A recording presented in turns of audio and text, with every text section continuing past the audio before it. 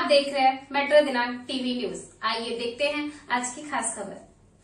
कांदिवली की जनसभा में गोपाल शेट्टी ने भरी हुंकार, बोले शहरी नक्सलवाद के खिलाफ अब निर्णायक लड़ाई है जरूरी। मुंबई कांदिवली पश्चिम के सप्ताह मैदान में रविवार की सुबह शहरी नक्सलवाद के खिलाफ एक बड़ी जनसभा का आयोजन हुआ। यह सभा उत्तर मुंबई के पूर्व सांसद गोपाल शेट्टी के नेतृत्व में आयोजन की गई थी। मुख्यमंत्री देवेंद्र फडणवीस द्वारा हाल ही में नागरिकों से शहरी नक्सलवाद के खिलाफ एकजुट होकर लड़ने के आह्वान के बाद इस जनसभा का उद्देश्य भी इसी मुहिम को आगे बढ़ाना था।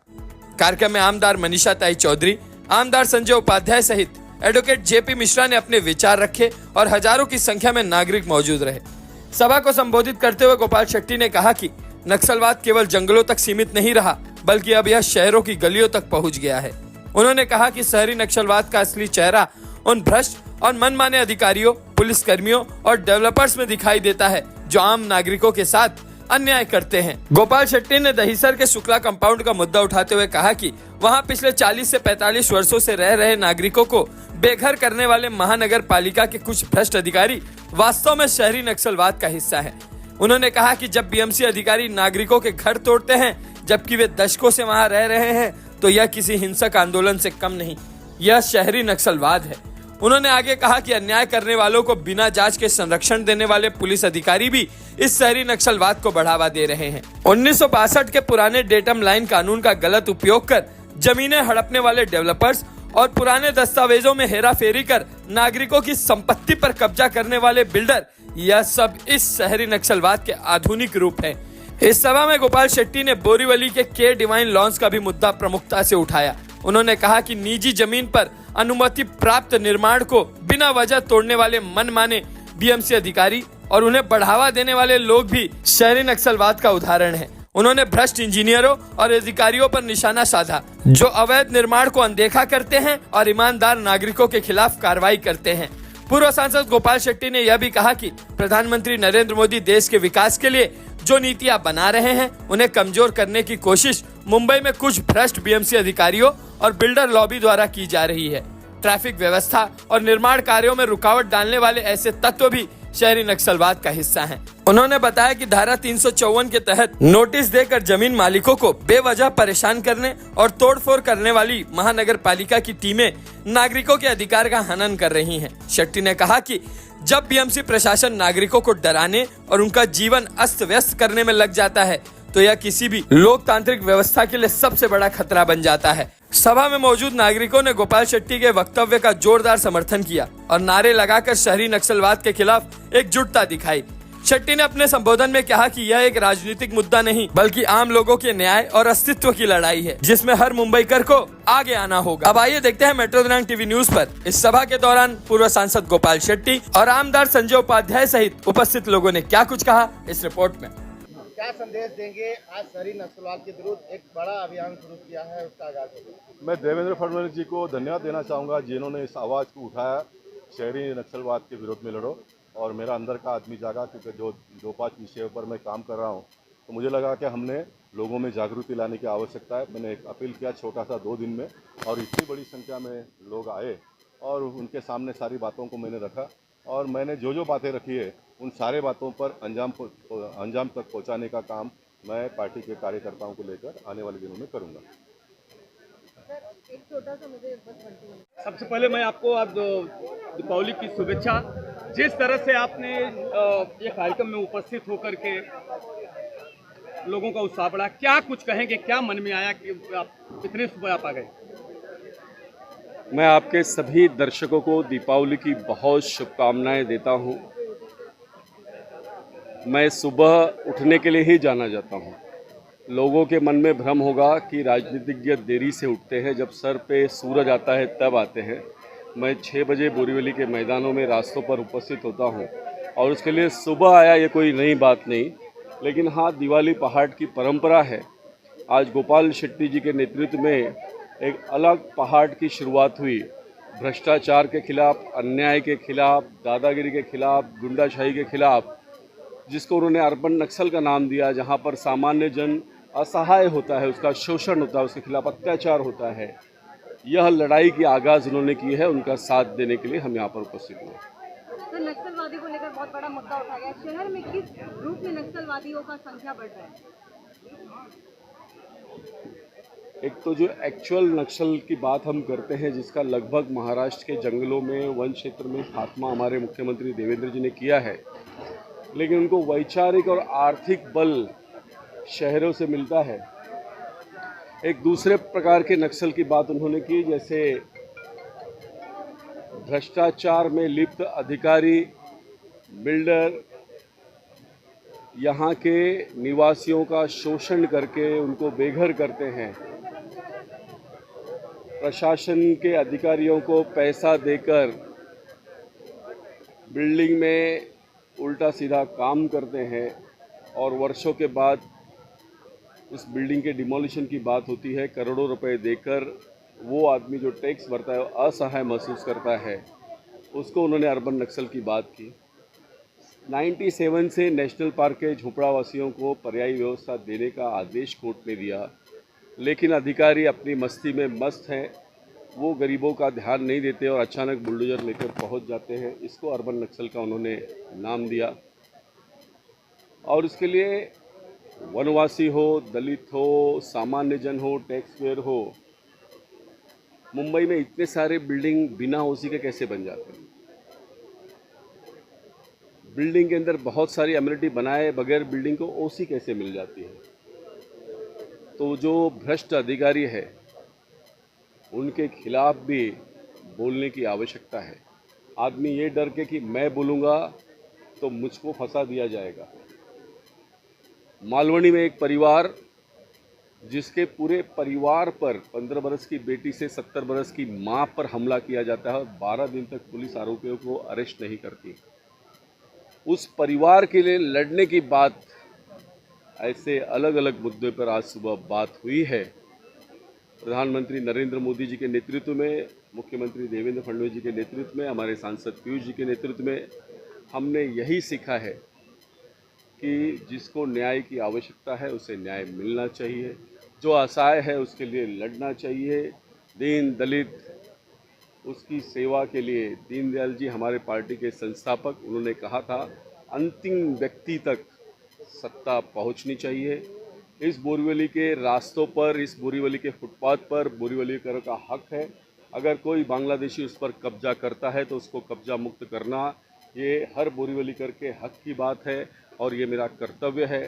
मैंने कहा है, मैं बोरीवली का बांग्लादेश नहीं होने दूंगा। सरकारी कॉन्ट्रैक्ट से लेकर प्राइवेट कॉन्ट्रैक्ट में जिस प्रकार से बांग्लादेशियों का घुसपैठ बढ़ा है, ये मुंबई शहर के लिए चिंता की बात है। इस लड़ाई की आगाज़ हमने शुरू की है और इसके लिए सुबह सुबह हजारों की संख्या में लोग आए। ये देखने लायक है कि लोगों के मन की भावना का प्रकटीकरण आज इस सप्ताह मैदान से हुआ है। मगर सर, जैसा कि आप फेरी वाला मुद्दा आप उठाए हैं, सब लोग बहुत खुश हैं, मगर कहीं कहीं फेरी वाले ये कह रहे हैं कि हमको बांग्लादेशी और रोहनिया के नाम पर मुझे घर से बेघर कर दिया। जो है उनके ऊपर कार्रवाई करें, वो समर्थन कर रहे हैं, मगर जो नहीं है उनको रोटी रोटी क्यों छीनी जा रही है? जो इस देश के संविधान में विश्वास रखते हैं, इस देश की न्याय व्यवस्था में विश्वास रखते हैं, उन्होंने कोर्ट के आदेश को पढ़ लेना चाहिए। कोर्ट ने कहा है 150 मीटर के भीतर रेलवे स्टेशन के बाहर, उद्यान पर, उद्यान के बाहर, स्कूल के बाहर ये फेरी वाले नहीं होने चाहिए। तो क्या मैं देश के कानून का पालन नहीं करूं? मैं अपनी बात का पालन कर रहा हूं। अगर वो तलवार निकाल कर धमकाने की बात कर रहे हैं तो क्या मैं डरूं? क्या वो दुकानदार को मारने की बात कर रहे हैं तो क्या मैं डरूं? 100% हिंदू बहुल क्षेत्र में पता नहीं कहां से लोग बोरीवली के फुटपाथों पर कब्जा कर रहे हैं। क्या मैं मेरी बोरीवली के डेमोग्राफी को बदलने दूं? तो अगर किसी को गलत लगता हो तो लगे, जिनको प्यार हो, सुन लीजिए भैया, जिनको इतना ही प्यार है वो अपने घर के सामने उनको बिठाएं। धारावी से लेकर के प्रधानबाड़ी, अन्य क्षेत्रों से लोग आकर के वहाँ धंधा कर रहे हैं और बाकायदे जो यहाँ स्थानीय है वो परेशान है, उनके बच्चों की शिक्षा की भव्य परेशानी हो रही है। सर, ये आपने ही कह दिया हाँ, कि क्यों मुंब्रा से यहाँ लोग आने चाहिए, क्यों पठानवाड़ी से यहाँ लोग आने चाहिए। आवश्यकता होगी, डिमांड होगी तो बोरीवली के लोग वो डिमांड पूरा करने के लिए सक्षम है और फिर यहाँ आकर दादागिरी करेंगे। मैं कई वीडियो दे सकता हूँ दुकानदारों को धमकाते हुए। और इतनी क्या हिम्मत है कि कोर्ट के आदेश के बावजूद एक बहुत बड़ा हफ्ता तंत्र चलता है। ये हफ्ता तंत्र बहुत बड़ा है। मैं एक एक पॉलिटिशियन इसमें जो लिप्त है, अगर मैं व्यथित हुआ तो उनके नाम घोषित कर दूंगा। ठीक है। अच्छा, हफ्ता लास्ट देने के लिए भैया पैसा है तो गरीब कैसा, यानी भाड़ा नहीं देना है, लेकिन शहर के फुटपाथ पर, शहर के रोड पर, फुटपाथ भी मैं मान्य करता हूँ, लेकिन रोड के बीचों बीच इसको मीडिया कैसे मान्य करता है, इसको लोग कैसे मान्य करते हैं। दोस्तों, पूरे बोरीवली की जनता ने, पूरे मुंबईकरों ने इस बात का समर्थन किया है। मैं जहाँ भी जाता हूँ लोग मेरा अभिनंदन करते हैं कि आपने साहस दिखाया है बोरीवली पैटर्न लोगों के सामने खड़ा रखने का। रेलवे स्टेशन के बाहर, सबसे व्यस्त बोरीवली स्टेशन के बाहर निकलने के बाद चलने का अधिकार सबका है। मैंने अपने लोगों को अधिकार दिलाया है। मैंने फुटपाथ पर शराब पीने पर रोक लगाई है ताकि मेरी बहन बेटी सुरक्षित रहे। मैंने अपना कर्तव्य किया है, मैंने कोर्ट के आदेश का पालन किया है। अधिकार सबका होता है, तो इसका मतलब क्या आप रोड के बीचों बीच धंधा करोगे? मेरा 40 वर्षों से जो मूल निवासी यहाँ पर व्यवसाय करते थे, आज वो इतने समृद्ध है, कई लोगों के अमेरिका में फ्लैट है, कई के बोरीवली में 4-4 दुकानें हैं। उसके बाद भी ये रोड का कब्जे का मोह जाता नहीं। वो दुकान अपनी भाड़े पर फुटपाथ दे रहे, रोड भाड़े पर दे रहे, उनके रक्षण का काम मेरा है, बीएमसी का है, पुलिस का है। वो घर में बैठ के भाड़ा वसूले और यहाँ पर दाबेली बांग्लादेशी बनाता है। ऐसे दाबेली खाने की आवश्यकता क्या है? क्योंकि उसका मालिक घर में बैठ के हफ्ता वसूल रहा है। मैंने उस पर FIR कराई। उसके बोरीवली में 20-20 दुकान है। क्या जो 20-20 दुकान चलता है वो गरीब है? और उसके लिए गरीब कौन, इसका फैसला होना चाहिए। उसकी लड़ाई के लिए मैं तैयार हूँ। ऐसा कोई भी आया है, मैंने कहा है मैं डिपॉजिट देता हूँ, आप दुकान भाड़े पे लो, आपका स्वाद बोरीवली के लोगों को अच्छा लगता है, आप चलाओ, लेकिन फुटपाथ मेरे बाप का है। मैं यहाँ पे लाखों रुपए डिपॉजिट लूँगा, मैं हफ्ता दूंगा, लेकिन बोरीवली का रोड छोड़ूंगा नहीं। तो उनको चेतावनी भी। मेरा एक सवाल है कि आप इतना पढ़े लिखे, सब लोग चर्चा करते हैं पढ़े लिखे और शिक्षित और सबसे मृदुल भाषी बोले जाते, गुस्सा आपके चेहरे पे नहीं रहता, मगर पहली बार जन सुनवाई के दौरान भी उत्तर विभाग में जो आक्रोश आपको देखने को मिला, क्या कारण? पढ़ा लिखना होना ये लाचारी का प्रतीक होता होगा, लेकिन मैं राष्ट्रीय स्वयंसेवक संघ का स्वयंसेवक हूँ। हिंदुत्व मेरी रग रग में है। अगर मालवनी में एक परिवार को इस प्रकार से मारा जाता है कि सर पर 8 टिके हो, हाथ जलाया जाता है, माँ को मारा जाता है, 15 बरस की बेटी को मारा जाता है, 22 बरस की बेटी को मारा जाता है, 12-12 दिन तक पुलिस कार्रवाई नहीं करती, और उसके बाद अगर मैंने खामोश बैठता हूँ तो माफ़ करना, मैं डरपोक नहीं, मैंने चूड़ियाँ नहीं पहन के रखी। मेरे हिंदू भाई के हित के लिए, परिवार के लिए आक्रामक होना पड़ा, लड़ना पड़ा, तो मैं लड़ूंगा, उसको न्याय दिलाऊंगा। परिवार के लिए अगली भूमिका क्या होगी? इस परिवार के लिए अगली भूमिका क्या होगी जिसको मेरी बात के कारण अब प्राइवेट हॉस्पिटल से निकलकर उसको शताब्दी में एडमिट किया गया है। जब तक सारे आरोपी अरेस्ट नहीं होते मेरा आंदोलन शुरू रहेगा। धन्यवाद। गोपाल शेट्टी ने इतनी बड़ी संख्या में उपस्थित है, आप क्या बोलें? मैं ये जरूर कहूँगी कि पहले अपना नाम बताइए। अच्छा, मैं बीना परेश दोषी में हूँ, माजी नगर सेविका। मैं ये भी जरूर कहना चाहूँगी कि हम लोग 4 साल से हम लोग सीट पे नहीं है, इलेक्शन नहीं हुआ, फिर भी हमने हमारे गोपाल भाई को जिस तरह से काम करते हुए देखा है, वो इस तरह से काम करने के हमको उनके पास से जो प्रेरणा मिली है, इनके लिए मैं गोपाल भाई का बहुत बहुत अभिनंदन करूँगी। आज जो मुद्दा उठाया है, और ये भी दिवाली के समय में जो मुद्दा उठाया है, और हज़ारों लोगों के मन में मैं तो ये कहूँगी कि कहीं ना कहीं कुछ भी न होते हुए घर में भी अपने लोग से, या कुटुंब में अपने लोग से, या सोसाइटी में अपने लोग से भी कुछ अन्याय होता है, तो ये भी नक्सलवादी ही कहा जाता है। तो साहब ने आज हम आए तो साहब ने बहुत ही सुंदर आज विषय उठाया है, जो हमें ऊर्जा, हम जैसे कार्यकर्ता को ऊर्जा देने वाला विषय है, जो हमको नहीं समझ पड़ती थी और ज़्यादा समझ देने की उन्होंने आज जो बात रखी है, और जो व्यक्ति ने यहाँ अपना बात बताई है कि ये हुआ वो हुआ, उससे भी हमें उनकी चीज़ वाकिफ़ हुई है। हम भी आज बराबर 14 साल हो गए हैं, लेकिन जो साहब किया है या कर सकते, वो हम आज भी उनके पास से सीखना चाहेंगे कि ये भी करना चाहिए। और कहाँ से प्रॉब्लम शॉर्ट आउट होता है, देखो झगड़ा से भी शॉर्ट आउट होता है, आंदोलन से शॉर्ट आउट होता है, कभी कभी शांति से भी शॉर्ट आउट होता है। तो हम सभी चीज़ लेकर के आगे बढ़ने वालों में से है। एक छोटी सी चीज़ भी अगर हो जाए तो उसको कैसे शॉर्ट आउट करना, जिस तरह से वो उन्होंने कहा, सर से ताई, जिस तरह से उन्होंने कहा है कि अभी तो लड़ाई बहुत बाकी है, अभी बहुत लड़ाई लड़ेंगे, क्या उनकी उस लड़ाई में आप साथ में रहेंगे? 100%, 1000% हम साहब के साथ में, जो मैंने आपको पहले ही कहा कि साहब मेरे गॉडफादर है। यहाँ लाने में साहब का बहुत बड़ा हाथ है। जब मैं महिला मोर्चा अध्यक्ष थी, उसके बाद में वार्ड की अध्यक्ष थी, उसके बाद में महिला का सीट हुआ और महिला शक्ति को उन्होंने पहचाना और वो लेकर के आज जो मैं आई हूँ, मैं बिल्कुल मेरे गोपाल भाई के साथ 1000% हूँ और मेरे सभी कार्यकर्ता आप संघर्ष करो, हम तुम्हारे साथ हैं। धन्यवाद।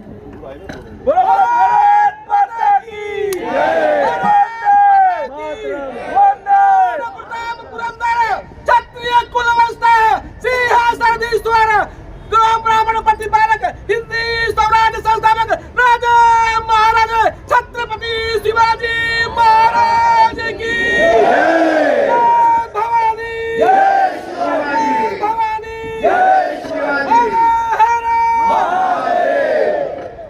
अरे गोपाल शेट्टी साहब आगे बढ़ो। मंच पर उपस्थित बोरीवली के लोकप्रिय विधायक संजय उपाध्याय जी, रईसर की विधायिका मनीषा ताई चौधरी जी, रमेश गायकवाड़, रमेश भाई ठक्कर, मोहन मिटवाकर जी, दामू मात्रे, अजय मात्रे, भविष्य जिमखाना के अध्यक्ष मुकेश भंडारी जी, जयप्रकाश मिश्रा जी, श्रीकांत पांडे जी, रंजना बेन देसाई जी, गणेश खनकर जी, अन्य सभी मंच पर बैठे हुए प्रतिष्ठित मान्यवर, इतनी बड़ी संख्या में यहाँ पर आए हुए नगरजन भाई और बहनों, मैं आप सबसे दिल की गहराई से आपका अभिनंदन करता हूं, आपको धन्यवाद देता हूं। जो छोटी छोटी गलतियां हुई है, ये जो शुक्ला कंपाउंड की लड़ाई में पहले दिन से जो मेरे साथ में रहा है, वो गणेश खनकर का भाषण हुआ नहीं। शुक्ला कंपाउंड के लोगों को यहाँ तक पकड़कर लाने वाले शिवदयाल मिश्रा, जिन्होंने बहुत मेहनत किया, वैसे बहुत सारे लोगों ने किया, लेकिन कुछ नामों का ही मैं उल्लेख करता हूँ। उनको भी हम भाषण में नहीं करवा पाए और नीचे भी बैठना पड़ा, इसलिए मैं क्षमा चाहता हूँ। और इस प्रकार की गलतियाँ होते रहती है और मेरे कार्यक्रम में जिस दिन कोई भी गलती नहीं होगा, उस दिन मैं काम करना बंद कर दूंगा। इसलिए मानकर चलो कि कुछ ना कुछ गलती होने वाला है, कुछ गलतियाँ अच्छे काम के लिए होती है। देखिए, मुझे भी इस बात का दुख होता है कि आज एक अच्छा दिन है और लकीली धनतेरस है। हिंदू संस्कृति में धनतेरस का मनाना इसलिए भी प्रारंभ किया होगा कि जिनके पास ज्यादा धन है, वो धन अपने अपने नजदीकियों में वितरित करो, क्योंकि मेरे पास जो है वो अधिक है, जिसके पास कुछ भी नहीं है उसको कुछ ना कुछ वो काम आए, इसलिए परंपरा शुरू हुई होगी। लेकिन लोकशाही में चुने हुए जनप्रतिनिधि वो पॉलिटिकल पार्टी के कार्यकर्ता, नेता, जनता इतने निष्क्रिय हो गए, ये सारा धन है धनतेरस वाला, वो वन वे ट्रैफिक होकर चला गया। वो धन वापस आने के लिए उसके लिए पहिया लगाई नहीं गई और सारा धन एक जगह पे डंप हो गया है। और ये सबसे बड़ी परेशानी है। और फिर एक ऑफिसर देखता है कि इसके बाद इतना माया हो गया, तो दूसरा ऑफिसर भी वो बनाने के पीछे पड़ता है, तीसरा पड़ता है, चौथा पड़ता है, और ये पढ़ने के चक्कर में जो आम नागरिक है वो पीसा गया है और वो पीसा जा रहा है। और इसलिए ये लड़ाई प्रारंभ करनी पड़ी। आज मंच पर बैठे हुए लोगों को जानकारी के लिए बताता हूं, जब 2019 का चुनाव का टिकट देने का तय हुआ, उसमें गोपाल शेट्टी ने चुनाव नहीं लड़ना ये तय हुआ, तो बहुत लोग दुखी हो गए। ये बड़ा गलत हो गया, बड़ा अन्याय हो गया। मैं तो सुखी था, क्योंकि मैं अपने घर परिवार के लोगों से बात किया था पहले ही, और जिन लोगों से भी बात करने का किया था। लेकिन आज 15 महीने के बाद में कुछ लोग अभी ये बोलना प्रारंभ कर रहे हैं कि गोपाल भाई चुनाव नहीं लड़े, वो अच्छा हो गया, क्योंकि इतना बड़ा मुद्दा वो आप जनता का ले रहे हो और लोगों को लाभ मिल रहा है, इसलिए अच्छा हो गया। ये कहने वाले लोगों की भी संख्या दिन बर दिन बढ़ते जा रही, और यही लोकशाही है, यही लोकशाही है। एक लड़की बहुत खूबसूरत है, सुखी है, संपन्न है, होशियार है, लेकिन फिर भी उसकी शादी नहीं होती है। और एक लड़की बदसूरत है, गरीब है, कुछ समझ में भी नहीं आता है, बहुत ज्यादा पढ़ा लिखा भी नहीं है, लेकिन उसकी शादी हो जाती है। तो कौन सा अच्छा है? जिसकी हो गई जिसकी शादी हो जाती है वो अच्छा है ना। हाँ, वही। हाँ? इस धरती पर जन्म लेने के बाद में जो रस्म होता है उसको फिर बैठ गई और उसकी शादी हो गई। इसलिए किसी को पद मिल जाए, बड़े से बड़ा पद मिल जाए, लेकिन वो पद गरीब आदमी के लिए जिसके ऊपर अन्याय होता है उसके ऊपर नेशावर करने की अगर उसमें बुद्धि और मन भगवान ने नहीं दिया होगा तो पद का मतलब क्या है? वो पद का कोई मतलब नहीं है। हमारे देश के प्रधानमंत्री को पद मिला, पहले के जैसे प्रधानमंत्री के जैसे वो एयर कंडीशन ऑफिस में बैठ के रहते नहीं, महीने के 25 दिन पब्लिक में घूमते हैं, लोगों की बात करते हैं, जगह जगह पे जाते हैं, पसीना निकालते हैं। तो ये इस प्रकार का पद मिलना ये वाजिब है, ये जरूरी है, ऐसा मैं मानता हूँ। महाराष्ट्र के मुख्यमंत्री को पद मिला, घूमते रहते हैं, फिरते रहते हैं। वेलिंगटन सोसाइटी का मुद्दा जब उठा तो न्यायालय ने आदेश दे दिया 3 हफ्ते में घर खाली करो। मैं एकदम बेचैन हो गया, मैंने उनको फोन किया, मैं वैसे बहुत फोन नहीं करता हूँ। मनीष सदाई बोली के वो लेके जाएगी मुझे देवेंद्र जी के पास। मैं ये तय कर रहा हूँ कि मैं देवेंद्र जी के पास नहीं जाऊंगा। मेरे जो भी मुद्दे हैं मैं मेरे विधायकों को दूंगा। अगर आप लोग को लगता है कि ये मुद्दा सही है तो आप लोगों ने ले जाना है। आप लोग को लगता है मुद्दा सही है, मुझे समझा दो, उस मुद्दे को हम छोड़ देंगे। लेकिन मुद्दा देवेंद्र जी तक ले जाकर उसको न्याय के अंजाम तक पहुंचाने का काम हम सब लोगों का है। क्योंकि मैं नहीं जाऊंगा, मैं देवेंद्र जी को मिलने जाऊंगा तो फिर मेरे बाकी के काम होते नहीं, इसलिए मैं नहीं जाऊंगा। और ये मैं इसलिए बता रहा हूँ कि देवेंद्र जी जब मैंने फोन किया तो जालना थे, वो जालना थे, तो उन्होंने मेरा फोन उठाया तुरंत, मेरे से उन्होंने बात किया और मैंने उनको कहा कि आप तुरंत महानगर पालिका के आयुक्त को फोन करिए कि ये गलत हो रहा है। और गोपाल शेट्टी जो कह रहा है कि जो रूल के हिसाब से बिल्डिंग पास हुआ है वही रूल के हिसाब से ऑक्यूपेशन सर्टिफिकेट मिलना चाहिए। और वो तो वकील से लेके मुख्यमंत्री तक बने, वो तो 1 मिनट में विषय को समझते हैं। उन्होंने तुरंत फोन किया और फिर मुंबई महानगर पालिका के कमिश्नर के साथ में बात किया। मैंने बात आगे बढ़ी, महापालिका के कमिश्नर मुख्यमंत्री प्रधानमंत्री का सुनते हैं लेकिन बहुत जल्दी अमल में लाते नहीं। आप बहुत जल्दी अमल में लाते नहीं तो संजय भैया इसका मैकेनिज्म भी मुझे और आपको ही बनाना पड़ेगा, मुझे और आपको ही बनाना पड़ेगा। कमिश्नर अगर बताता होगा कि नहीं मैं हूँ तो वो कौन है ये भी दिखाने का हमको आने वाले दिनों में काम करना ही पड़ेगा। यही लोग चाहिए भैया, यही लोग चाहिए।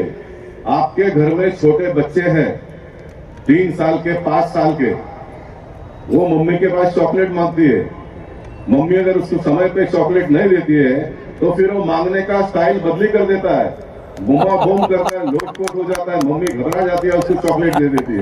ये चुने हुए जनप्रतिनिधियों को इस प्रकार के एक्टिव मोड में आना पड़ेगा तो ही आप काम कर पाओगे।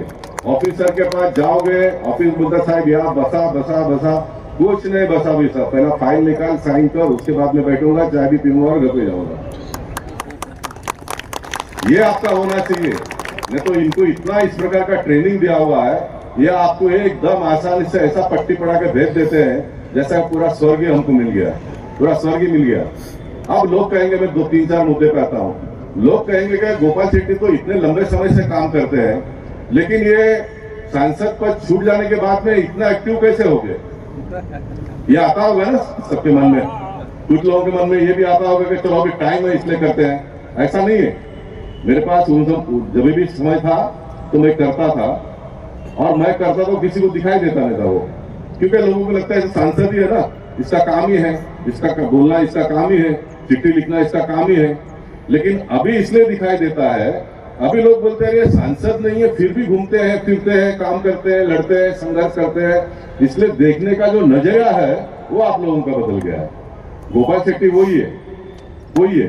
ये इसके पीछे का एक बात है। और ये 4 मुद्दे का दूसरा जो टेक्निकल बात है वो अभी मैं आपको बताता हूं। नेशनल पार्क का मामला कितने साल से चल रहा है? 97 से चल रहा है, 27 साल हो गए। कोर्ट ने बोला था पर्याय जगह दे दो, तोड़ो। सरकार ने घर नहीं बनाया, पर्याय जगह दिया नहीं, टूटा नहीं, लोग वहां पर रह रहे। आरटीआई एक्ट्रेस फिर वापस कोर्ट में गए और उन्होंने कहा कि कमर्शियल तो तोड़ो कम से कम। तो ये नेशनल पार्क के ऑफिसर कमर्शियल वो 200 फुट का 300 फुट का दुकान जो चलता था वहां पर वो तोड़ने के लिए आए। अब ये सरासर गलत है ये तोड़ना। मैं फिर एक बार सारे लोगों को बताता हूं, संजय बाग नेशनल पार्क में 2 भाग है। एक भाग जो संजय गांधी नेशनल पार्क में जो झोपड़े आदिवासियों के बने हैं वो निकालना एक भाग है, और केतकीपाड़ा जो प्राइवेट फॉरेस्ट ऐड हुआ ये दूसरा भाग है। दोनों की स्टोरी अलग है। संजय गांधी नेशनल पार्क में जो आदिवासियों का बना हुआ है, मैं एमएलए था तब से अच्छा सरकार ने स्कीम बनाया। नेशनल पार्क के हाईवे के बाजू में जो जगह थी वहां पर ग्राउंड+1 का 550 स्क्वायर फीट का उनको घर बनाकर देंगे। वहां पर टॉयलेट उनके लिए होगा, वहां पर बच्चों को बालवाड़ी होगा, वहां पर सभी प्रकार की सुविधा उनके लिए होगी। लेकिन ये आदिवासी समाज के लोग मानते नहीं है। उनको न मानने की स्थिति पे कुछ पॉलिटिकल पार्टी के लोग लाते हैं क्योंकि इनका राजनीतिक कैरियर का कायम रहना चाहिए। मैंने कल भी कहा, खुलकर कहा गणेश नाइक जी के सामने, मैंने पहले भी कहा है, मैंने चिट्ठी भी लिखी है। भाई 550 स्क्वायर फीट का घर मिल रहा है, आप ले लो, नेशनल पार्क खाली कर लो। आदिवासियों का जमीन अगर है तो उसको जमीन के बदले में जमीन मिलना चाहिए। इनका किसी का जमीन नहीं है।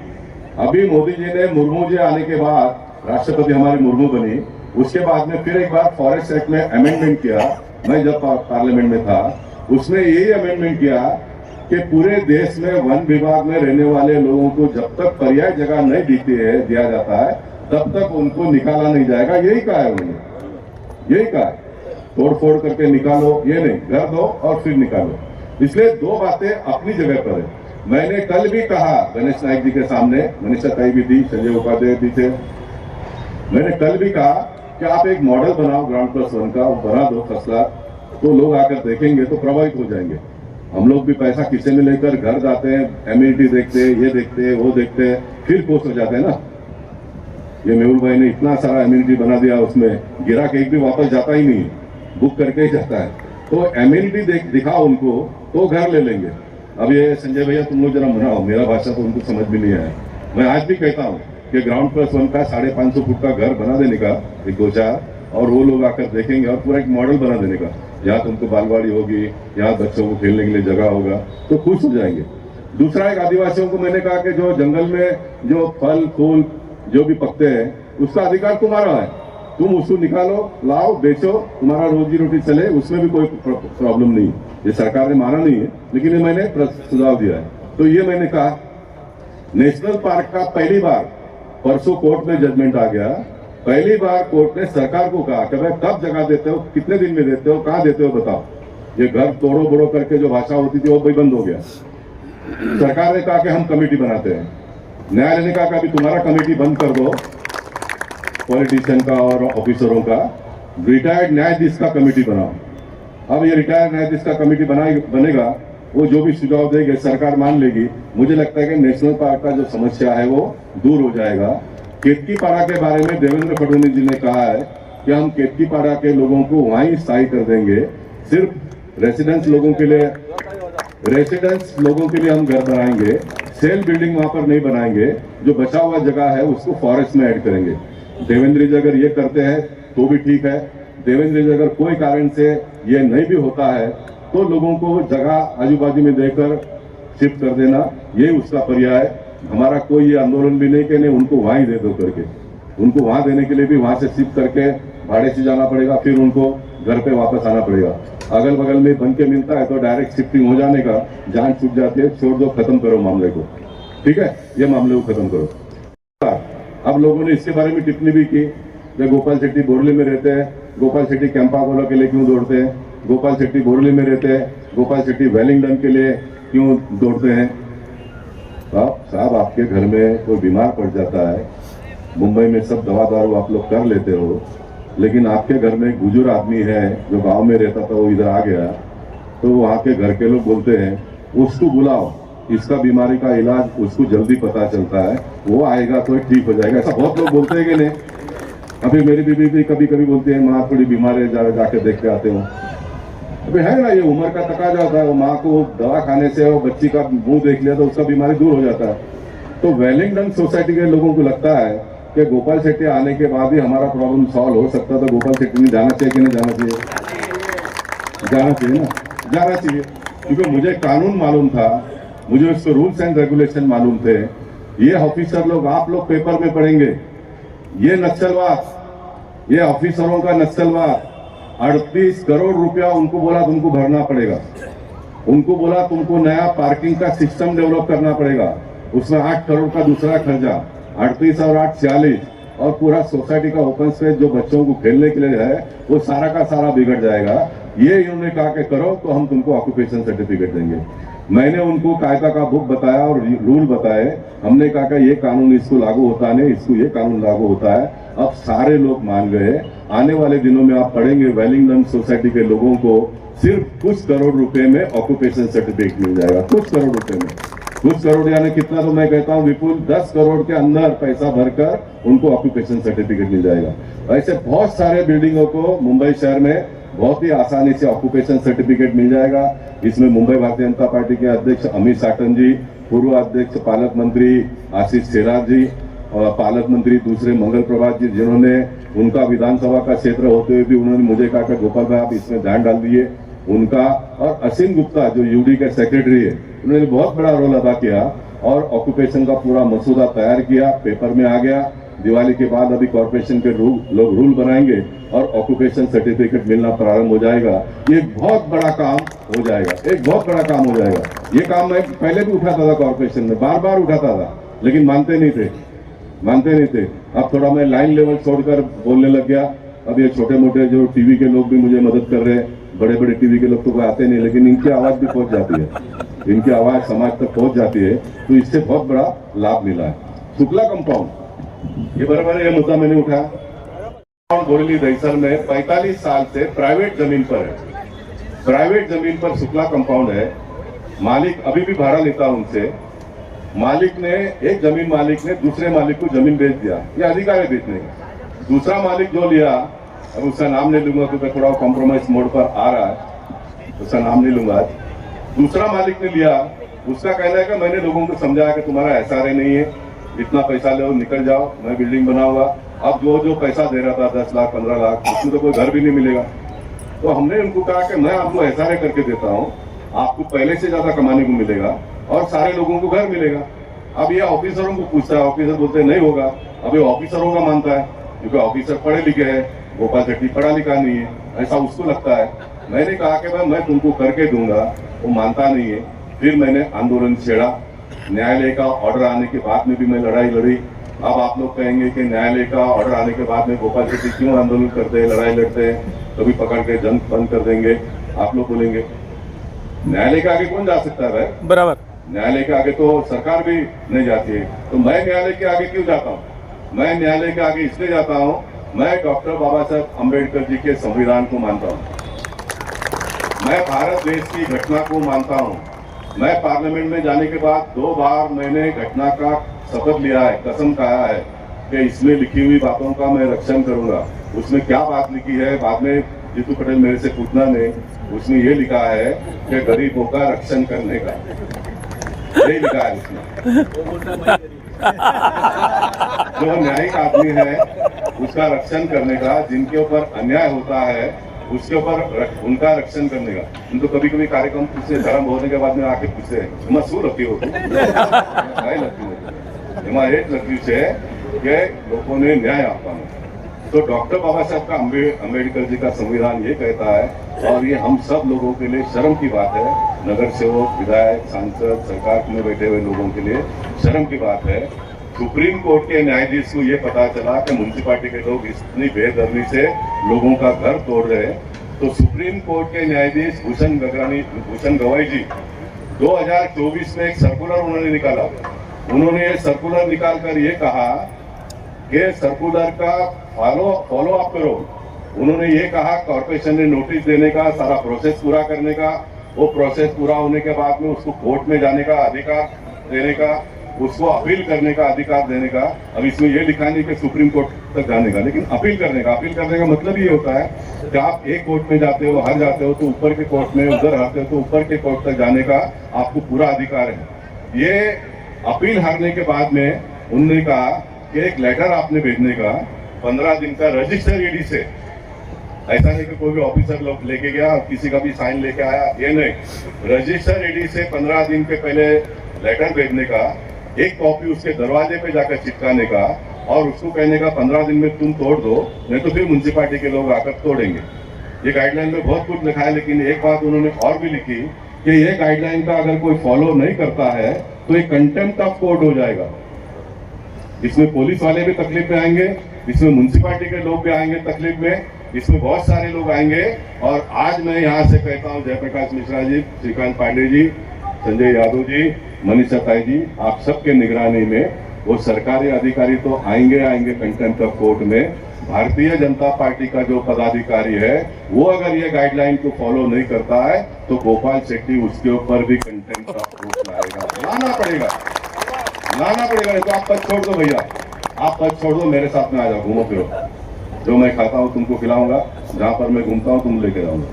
तुम अगर एक पॉलिटिकल पार्टी का कार्यकर्ता है तो तुमको तुम्हारी जवाबदारी निभानी पड़ेगी। हम जैसे लोगों के लिए शर्म की बात है, जिस कसाब ने इस मुंबई शहर को तहस नहस कर दिया, जिस कसाब को सुप्रीम कोर्ट ने कहा फांसी चढ़ा दो, वो कसाब राष्ट्रपति तक चला गया। जगदीश, वो कसाब राष्ट्रपति तक चला गया। और इस मुंबई शहर के लोग अगर गोपाल शेट्टी के पास आते हैं तो ये चर्चा होती है, गोपाल भाई के पास क्यों जाते हैं? अरे ऐसा जिसको लगता है गोपाल भाई के पास क्यों जाते हैं, मुझे आप नाम लिखवा दो, मेरे पास जो भी आएंगे मैं आपके पास भेज दूंगा, आप न्याय दे दो, मैं बड़ा फोटो लगा दूंगा मेरे ऑफिस में आप लोगों का, मेरा माँ बाप ये, मेरा न्याय देता ये, जो भी फोटो उनको बोलूंगा इसका दर्शन ले लो और फिर जाओ उसके बाद। हाँ, ये भी बोल दूंगा। अरे भैया, आप करते नहीं हो, जो करता है उसके पीछे आप डट कर खड़े रहते नहीं हो, और लोग पीछे जा रहे, मरे जा रहे। हाँ, बच्चों का स्कूल है, अब आधा घंटा लेट हुआ तो कितना हम परेशान हो जाएंगे। आधा लोगों ने तो मुनमुन करना शुरू कर दिया होगा, कभी पूरा होगा, कभी पूरा होगा, कभी पूरा होगा। ये कभी पूरा होगा का उत्तर सुन लो। जो गरीब का घर तोड़ा जाता है वो उसके बच्चे कहाँ रहेंगे, इसका उत्तर मुझे बताओ और फिर चले जाओ सब लोग, चले जाओ सब लोग। ये कैसे चलेगा? कोई तो बताओ मुझे। ये नहीं चलेगा। ये कमलेश यादव यहाँ पर बैठे हैं, लालजी पाड़ा का वो टापू है। अरे बाजार में जाते हैं लोग, बाजार में मैं वो रील देखते हो तुम लोग, ये रील ऐसा ही नहीं बना है, रील वास्तविकता स्टोरी पे से बना है। वो बाजार का ठेली ले लेते हैं, मार्केटिंग अगर परचेस नहीं किया तो ब्लाउज के अंदर से पैसा निकाल लेते हैं। पिछले 6 महीने में 3 तो मर्डर हो गए साहब। बिहार में मर्डर होता है तो उसका टीवी में से हम लोग यहाँ पर बैठकर सुनते हैं, लेकिन अपने कांदोली में मर्डर हो गया है, मर्डर हो रहा है। तो ये लोकशाही को जागरूक करो। इसलिए मैंने ये साल में सोचा दिवाली का पाठ, कोई गाना सुनने के लिए मैं नहीं जाऊंगा, मैं लोगों का गाना सुनूंगा। नहीं दिया, मैं गाना सुनूंगा और गाना के मुताबिक आने वाले दिनों में काम करूंगा। विषय बहुत सारे हैं, लेकिन मैं आपको इस बात की गारंटी देता हूं, आज धनतेरस है, शुक्ला कंपाउंड का जो घर टूटा है हाई कोर्ट सुप्रीम कोर्ट के ऑर्डर से, उन सारे लोगों को भी मैं घर दिलाऊंगा। मैं बहुत बड़ी बात कर रहा हूँ रमेश भाई, जिनका कोर्ट के ऑर्डर से घर टूटा है उसको भी मैं घर दिलाऊंगा। और मैं दिखाऊंगा कि भारतीय लोकशाही क्या होती है। इस मुंबई शहर में एक 200 फुट के घर में रहने वाले व्यक्ति गोपाल शेट्टी को उठाकर आप लोगों ने इतना बड़ा बनाया है, तो उसमें से क्या मटेरियल, क्या केमिकल बाहर निकलता है और वो केमिकल लोगों के जीवन में किस प्रकार का बदलाव लाएगा आने वाले दिनों में, ये मैं देखूंगा। मैं पार्टी के कार्यकर्ताओं से इतना भी कहूंगा कि मैंने आज कोई नेताओं का फोटो नहीं छापा, क्योंकि मेरे पास आज कोई पद नहीं है। मैं जब सांसद था तो 6 के 6 विधायकों का मैं फोटो लगा देता था, लेकिन मैंने बताया सबको, योगेश सागर जी ने भी आने का कहा, भाई विक्टर ने तो सामने से कहा कि आप नहीं बुलाओगे क्योंकि मैं आऊँगा, कुछ प्रॉब्लम होगा इसलिए आए हो। लेकिन मैं इस प्रकार का काम करते रहूँगा। जिनको लगता है जनहित का काम है, चलिए मेरी तो स्टाइल ही है, वो कर लीजिए। और घोषणा ऐसी दीजिए कि भ्रष्टाचारियों की नींद खुल जाए कि टाइगर अभी जिंदा है। तैयार है? आगे पीछे। भारत माता के, भारत माता के। जो लोग हाथ नहीं उठा रहे हैं, गोपाल भाई, मेरी लड़ाई है, मैं बोरीवली में बांग्लादेशियों को रहने नहीं दूंगा, वो चाहे टेक्नीशियन हो चाहे वेटर हो। भारत माता की जय पर जिसका हाथ नहीं उठा, बगल वाले ध्यान में रखो, वो बोरीवली में रहना नहीं चाहिए। भारत माता के, भारत माता के। वंदे वंदे छत्रपति शिवाजी महाराज की जय भवानी। हर हर भारत रत्न डॉक्टर बाबा साहेब आंबेडकरांचा जय। प्रकाश जी, वैसे मैं सुबह 7 बजे मीटिंग लेने के लिए जाना चाहता हूँ। सुबह 7 बजे भूमि पूजन करता हूँ, 7 बजे उद्घाटन करता हूँ, लेकिन 7 बजे जाहिर सभा करने वाला कोई है तो वो गोपाल शेट्टी है। दिवाली में हम दिवाली पहाट करते हैं, लेकिन ये जो पहाट है ये उस पहाट से अलग इसलिए है,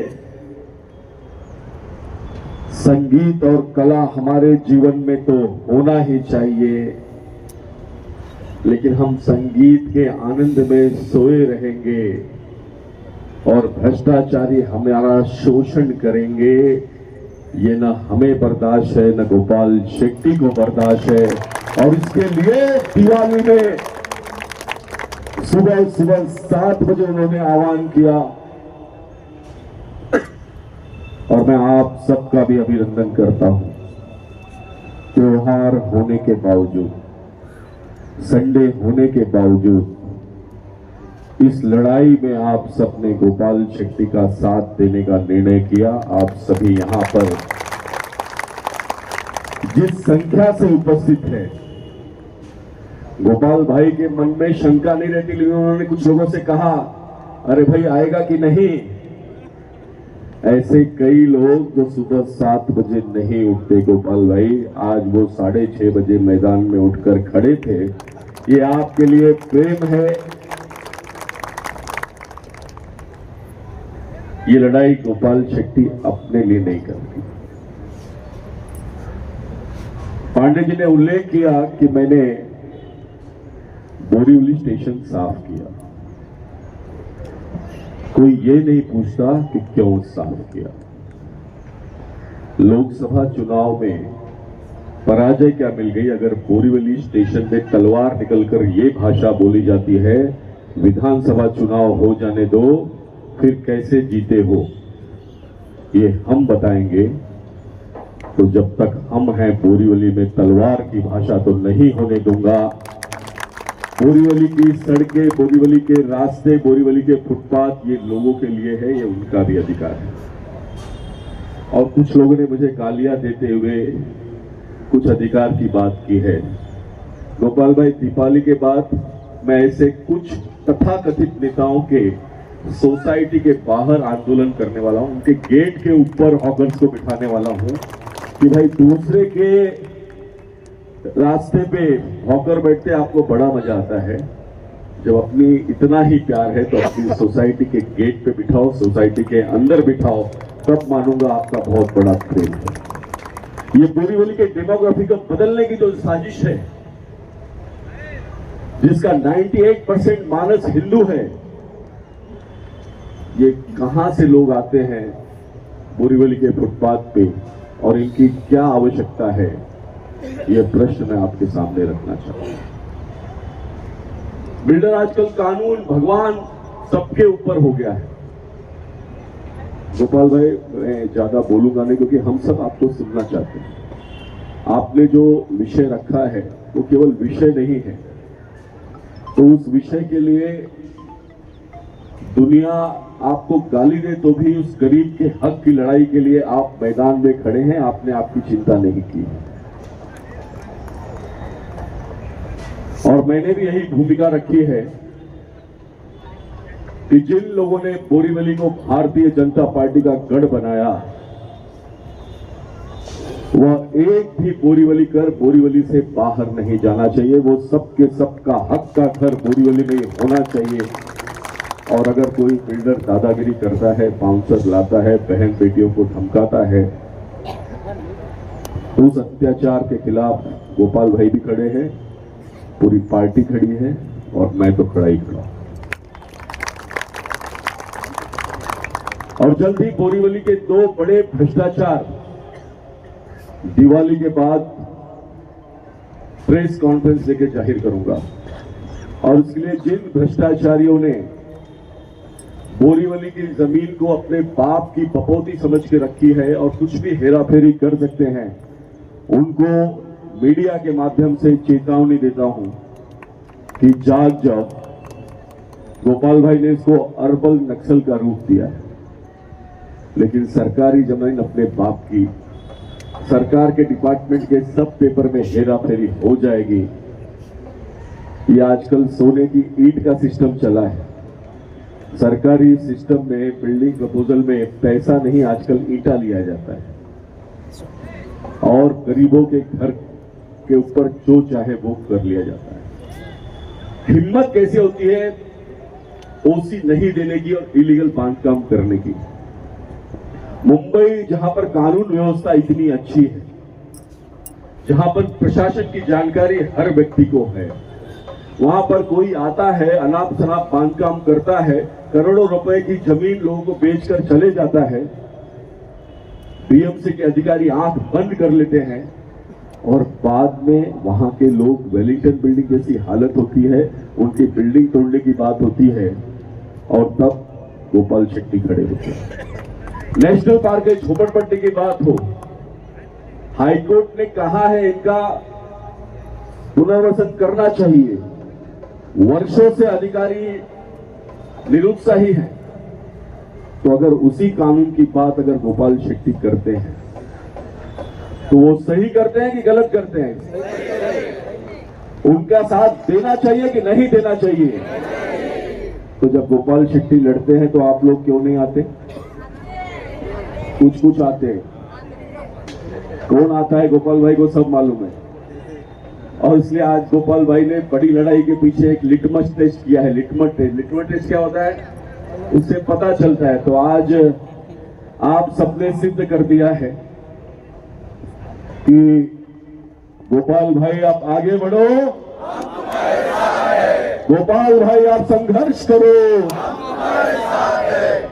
और ठक्कर साहब, बाप ही होता है, बाप से बड़ा बनना ही नहीं होता है। और बेटा कितना भी बड़ा हुआ तो बाप से छोटा होता है।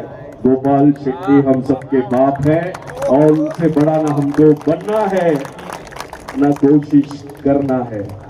गोपाल भाई, सुनना तो आपको है, विषय बहुत है, लेकिन जब आपने यह पत्र भेजा तो लगा सामान्य जन की समस्या के लिए एक व्यक्ति जब अंदर से लड़ना चाहता है और उस लड़ाई में कभी कभी वो व्यतीत होता है, लेकिन फिर भी हिम्मत नहीं हारता, उस व्यथा में गोपाल शेट्टी जी हैं। गोपाल भाई, मेरा नाम संजय है।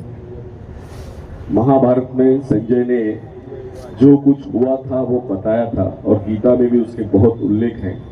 मैं कहता हूं, युद्ध के मैदान में दुविधा की स्थिति कभी नहीं होनी चाहिए। आपकी लड़ाई जन सामान्य के लिए है, दीन के लिए है, दलित के लिए है, गरीब के लिए है, असहाय के लिए है। इस उत्तर मुंबई में या मुंबई में भ्रष्टाचारियों में दहशत होनी ही चाहिए। ये जो नया अर्बन नक्सल का कॉन्सेप्ट है कि पैसा दो और कुछ भी कर लो, 20-25 लाख बीएमसी में जमा कर दो और बिल्डिंग तोड़ डालो और लोगों को बेघर कर दो और 10-10 साल तक भाड़ा मत दो। ये लोग जब ऑफिस में आते हैं और रोते हैं तो कभी कभी जनप्रतिनिधि होने पर, असहायता होने पर तकलीफ होती है। उनको जब हम बोलते हैं कि कानून में आपकी मदद करने का नियम नहीं है तो असहायता महसूस होती है। और उसके लिए बोरीवली की एक बहुत बड़ी लड़ाई उन पगड़ीधारी लोगों के लिए भी है जिनको बेघर कर दिया गया है, जिनको कोई किराया नहीं, जिनके पास केवल एरिया सर्टिफिकेट है लेकिन उनका घर बनेगा कि नहीं बनेगा। इस लड़ाई को जिस दिन अंजाम पर लेकर जाएंगे उस दिन जनप्रतिनिधि होने का अभिमान होगा। मालवनी का बात किया गोपाल भाई, बोरीवली की बूथ प्रमुखा विनीता शर्मा, उसका परिवार मालवनी में रहता है। बिल्डिंग में रिपेयरिंग हो रही थी, अनाप शनाप रिपेयरिंग हो रही थी। हर बिल्डिंग में कंडीशन होती है, हेवी सामान है सीढ़ी से ले जाओ, लाइट सामान है लिफ्ट से ले जाओ। उस राजपूत ने केवल इतना ही कहा, आप हेवी सामान लिफ्ट से ले जा रहे हो, बार बार लिफ्ट बंद हो रही है। बोला जिस व्यक्ति ने उसको मारा होता मेरे समझ में आता। उसकी 70 बरस की मां को मारा, उसकी 15 बरस की बेटी को मारा, 22 बरस की बेटी को मारा, उसकी पत्नी को मारा, उसके बेटे को मारा। मुंबई में ये आपको बर्दाश्त है क्या? और 12 दिन तक आरोपी पकड़े नहीं जाते, उसके बाद हम खामोश रहना चाहिए क्या? केवल हिंदू नहीं तो किसी भी परिवार के साथ ऐसा हो, ये अन्याय है। और इस अन्याय के खिलाफ लड़ना है, अर्बन नक्सल के खिलाफ लड़ना है, ऐसा मैं मानता हूं। मैं गोपाल जी को बहुत धन्यवाद देता हूं, उनके इस आंदोलन को समर्थन देता हूं। और जहां जहां गोपाल भाई न्याय के लिए, भ्रष्टाचार के विरोध में लड़े हो, केवल अगर सोशल मीडिया पे समझ भी जाए तो जैसे आज त्योहार होने के बावजूद आप लोग आए, लोकतंत्र को जिंदा रखने के लिए, भ्रष्टाचार के खात्मे के लिए, उस लड़ाई में आप सब साथ दीजिए। इतना ही आपसे अनुरोध करता हूं, मेरी बात को समाप्त करता हूं। धन्यवाद। जय हिंद, जय महाराष्ट्र। बहुत बहुत धन्यवाद बोरीवली के दमदार